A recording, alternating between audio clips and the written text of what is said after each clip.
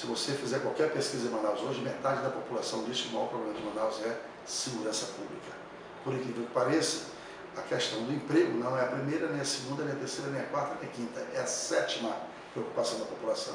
Um sinal de que a crise, sendo grande como é, imagine você, e o desemprego assolando o Brasil inteiro, mas principalmente Manaus, a população está tão desafiada das suas necessidades que coloca desemprego como sétimo ponto em que ela mais se preocupa.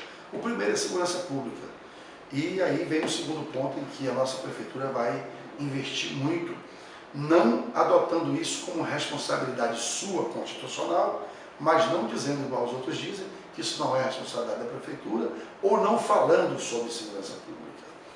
A nossa prefeitura vai devolver o sentimento ou a sensação de segurança pública para a população das comunidades a partir do que ela pode fazer.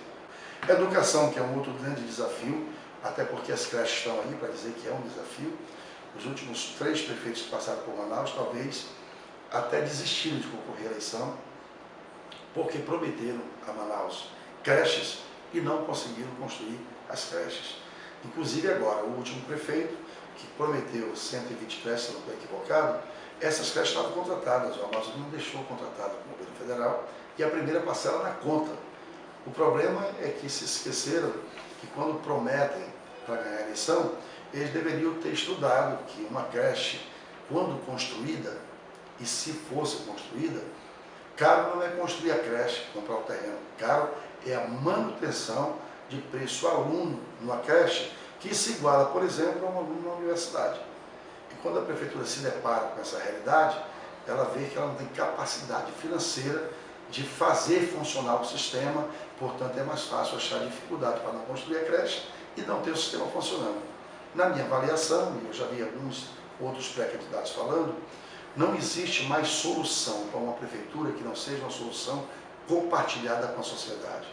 Você se obriga, na atual conjuntura política, social e econômica do país, em se falando da menor unidade federativa, mas a mais importante, que é o município, a conviver e se relacionar bem com a comunidade. Várias ferramentas comunitárias hoje não são levadas em consideração. Por exemplo, uma igreja, seja ela qual for, católica, evangélica, espírita, bem estruturada, mormons, tá certo? Muçulmana, uma igreja bem estruturada, ela é uma ferramenta comunitária, ninguém discute isso. Ela é uma ferramenta que está ali à disposição da comunidade.